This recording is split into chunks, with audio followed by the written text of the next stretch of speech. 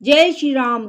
यहाँ तक की रामायण कथा मैं कह चुकी हूँ। आगे की कथा इस प्रकार है। युद्ध आरंभ।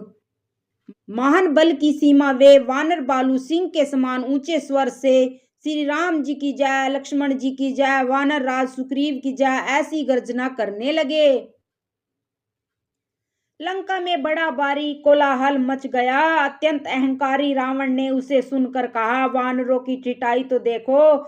यह कहते हुए हंसकर उसने राक्षसों की सेना बुलाई। बंदर काल की प्रेरणा से चले आए। मेरे राक्षस सभी भूखे हैं, विधाता ने इन्हें घर बैठे भोजन भेज दिया। ऐसा कहकर उस मूर्ख ने अट्टहास किया। वह बड़े जोर जोर से ठहाका मार कर हंसा और बोला, हे वीरों, सब लोग चारों दिशाओं में जाओ और रिच वानर सबको पकड़ पकड़ कर खाओ। शिव जी कहते हैं, ये उमा, रावण को ऐसा अभिमान था जैसा टिटहिरी पक्षी पैर ऊपर की ओर करके सोता है, मानो आकाश को थाम लेगा। आज्ञा मांग कर और हाथों में उत्तम बिंदीपाल, सांगी, तोमर, मुदंगर, प्रचंड फरसे, शूल, दोधारी तलवार, पृंग और पहाड़ों के टुकड़े लेकर राक्षस चले। जैसे मूर्ख मांसाहारी पक्षी लाल पत्थरों का समूह देखकर उस पर टूट पड़ते हैं, चोंच टूटने पर दुख उन्हें ही सूझता है, वैसे ही ये बेसमझ राक्षस दौड़े। अनेकों प्रकार के अस्त्र शस्त्र और धनुष बाण धारण किए करोड़ों बलवान और रणधीर राक्षस वीर परकोटे के कंगूरों पर चढ़ गए। वे परकोटे के कंगूरों पर कैसे शोभित हो रहे हैं, मानो सुमेरु के शिखरों पर बादल बैठे हों। जुझाओं, ढोल और डंके आदि बज रहे हैं। ध्वनि सुनकर योद्धाओं के मन में चाव होता है। अगणित नफीरी और बेरी बज रही है। सुनकर कायरों के हृदय में दरारें पड़ जाती हैं। उन्होंने जाकर अत्यंत विशाल शरीर वाले महान योद्धा वानर और बालुओं के ठट देखे। वे रिच वानर दौड़े हैं, अघोट घाटियों के कुछ नहीं गिनते, पकड़कर पहाड़ों को फोड़कर रास्ता बना लेते हैं। करोड़ों योद्धा कटकटाते और गरजते हैं, दांतों से होठ काटते और खूब डपटते हैं।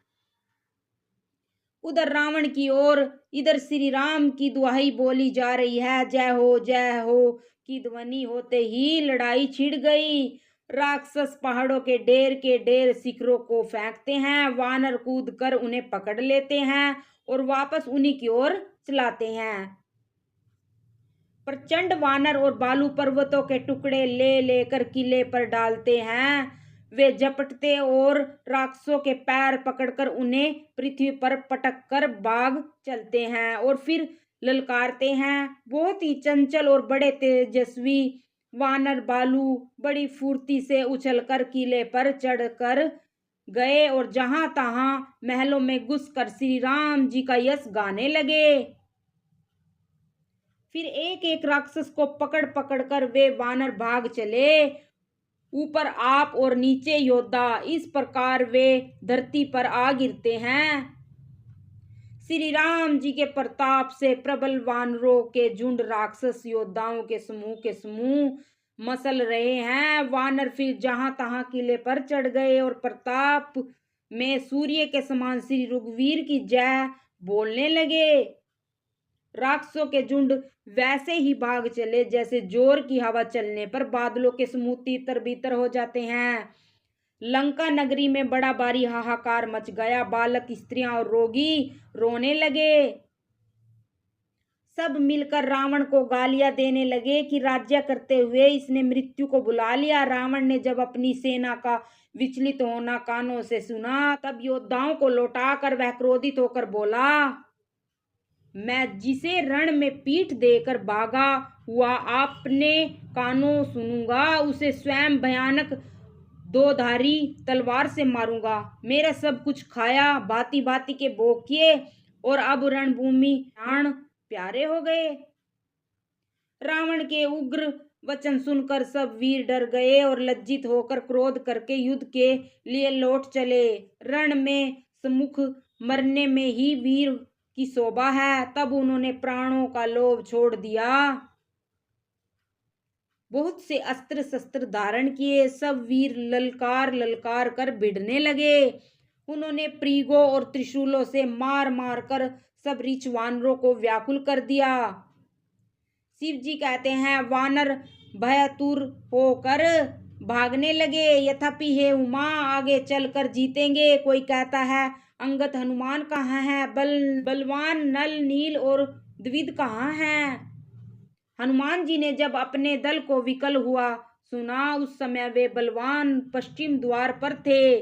वहां उनसे मेघनाथ युद्ध कर रहा था। वह द्वार टूटता न था, बड़ी भारी कठिनाई हो रही थी।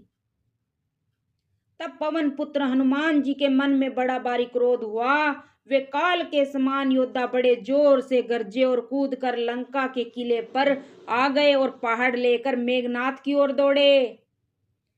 रथ तोड़ डाला, सारथी को मार गिराया और मेघनाथ की छाती में लात मारी। दूसरा सारथी मेघनाथ को व्याकुल जानकर उसे रथ में डालकर तुरंत घर ले आया। इधर अंगद ने सुना कि पवन पुत्र हनुमान किले पर अकेले ही गए हैं, तो रण में बांके बाली पुत्र वानर के खेल की तरह उछलकर किले पर चढ़ गए। युद्ध में शत्रुओं के विरुद्ध दोनों वानर क्रुद्ध हो गए। हृदय में श्री राम जी के प्रताप का स्मरण करके दोनों दौड़कर रावण के महल पर जा चढ़े और कौशल राज श्री राम जी की दुहाई बोलने लगे। उन्होंने कलश सहित महल को पकड़कर ढहा दिया। यह देखकर राक्षस राज रावण डर गया। सब स्त्रियां हाथों से छाती पीटने लगी। अब की बार तो उत्पाती वानर आ गए। वानर लीला करके दोनों उनको डराते हैं और श्री राम जी का सुंदर यश सुनाते हैं। फिर सोने के खंभों को हाथों से पकड़कर उन्होंने कहा कि अब उत्पात आरंभ किया जाए। वे गरज कर शत्रुओं की सेना के बीच में कूद पड़े और अपने भारी भुजबल से उसका मर्दन करने लगे। किसी की लात से और किसी की थप्पड़ से खबर लेते हैं। तुम श्री राम जी को नहीं बचते, उसका यह फल लो। एक को दूसरे से मसल डालते हैं और सिरों को तोड़कर फेंकते हैं। वे सिर जाकर रावण के सामने गिरते हैं और ऐसे फूटते हैं मानो दही के कूड़े फूट रहे हों। जिन बड़े बड़े मुखियों को पकड़ पाते हैं, उनके पैर पकड़कर उन्होंने प्रभु के पास फेंक देते हैं। वो भीषण जी उनके नाम बतलाते हैं और श्री राम जी उन्हें भी अपना धाम दे देते हैं। ब्राह्मणों का मांस खाने वाले वे नरभोजी दुष्ट राक्षस भी वहां परम गति पाते हैं, जिसकी योगी भी याचना किया करते हैं, परंतु सहज में नहीं पाते। शिव जी कहते हैं, हे उमा, श्री राम जी बड़े ही कोमल हृदय और करुणा की खान हैं। राक्षस मुझे वैर भाव से ही सही स्मरण तो करते ही हैं। ऐसा हृदय में जानकर वे उन्हें परम गति देते हैं। हे भवानी, कहो तो ऐसा कृपालु कौन है? प्रभु का ऐसा स्वभाव सुनकर भी जो मनुष्य भ्रम त्याग कर उनका भजन नहीं करते, वे अत्यंत मंद बुद्धि और परम भाग्यहीन हैं। श्री राम जी ने कहा कि अंगद और हनुमान किले में घुस गए हैं। दोनों वानर लंका में कैसे शोभा देते हैं, जैसे दो मंत्रांचल समुद्र को मथ रहे हों। भुजाओं के बल से शत्रु की सेना को कुचलकर और मसलकर फिर दिन का अंत होता देखकर हनुमान और अंगद दोनों कूद पड़े और श्रम थकावट रहित होकर वहां आ गए जहां भगवान श्री राम जी थे। उन्होंने प्रभु के चरण कमलों में सिर नवाए। उत्तम योद्धाओं को देखकर श्री रघुनाथ जी मन में बहुत प्रसन्न हुए। श्री राम जी ने कृपा करके दोनों को देखा, जिससे वे श्रम रहित अंगद और हनुमान को गाये जानकर सभी बालू और वानर वीर लौट पड़े। राक्षसों ने प्रदोष काल का बल पाकर रावण को दुहाई देते हुए वानरों पर दावा किया। राक्षसों की सेना आती देखकर वानर लौट पड़े और वे योद्धा जहां तहां कट कटाकर भिड़ गए। दोनों ही दल बड़े बलवान हैं। योद्धा ललकार ललकार कर लड़ते हैं, कोई हार नहीं मानते। सभी राक्षस महान वीर और अत्यंत काले हैं और वानर विशाल काय तथा अनेकों रंगों के हैं। दोनों ही दल बलवान हैं, समान बल वाले योद्धा हैं। वे क्रोध करके लड़ते हैं और खेल करते हैं। राक्षस और वानर युद्ध करते हुए ऐसे जान पड़ते हैं मानो क्रमशः वर्षा और शरद ऋतु में बहुत से बादल पवन से प्रेरित होकर लड़ रहे हों। अंकपन और अतिकाय इन सेनापतियों ने अपनी सेना को विचलित होते देखकर माया की। पल भर में अत्यंत अंधकार हो गया। खून, पत्थर और राख की वर्षा होने लगी। दसों दिशाओं में अत्यंत घना अंधकार देखकर वानरों की सेना में खलबली पड़ गई। एक को एक नहीं देख सकता और जब जहां तहां पुकार रहे हैं गए। श्री रघुनाथ जी सब रहस्य जान गए। उन्होंने अंगद और हनुमान को बुला लिया और सब समाचार कहकर समझाया। सुनते ही वे दोनों कपि श्रेष्ठ क्रोध करके दौड़े।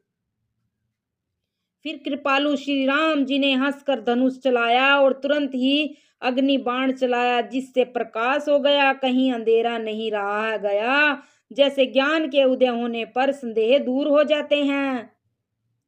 बालू और वानर प्रकाश पाकर श्रम और भय से रहित तथा प्रसन्न होकर दौड़े। हनुमान और अंगद रण में गरज उठे। उनकी हाँक सुनते ही राक्षस भाग दौड़ छूटे। भागते हुए राक्षस योद्धाओं को वानर और भालू पकड़कर पृथ्वी पर दे मारते हैं और अद्भुत करनी कहते हैं।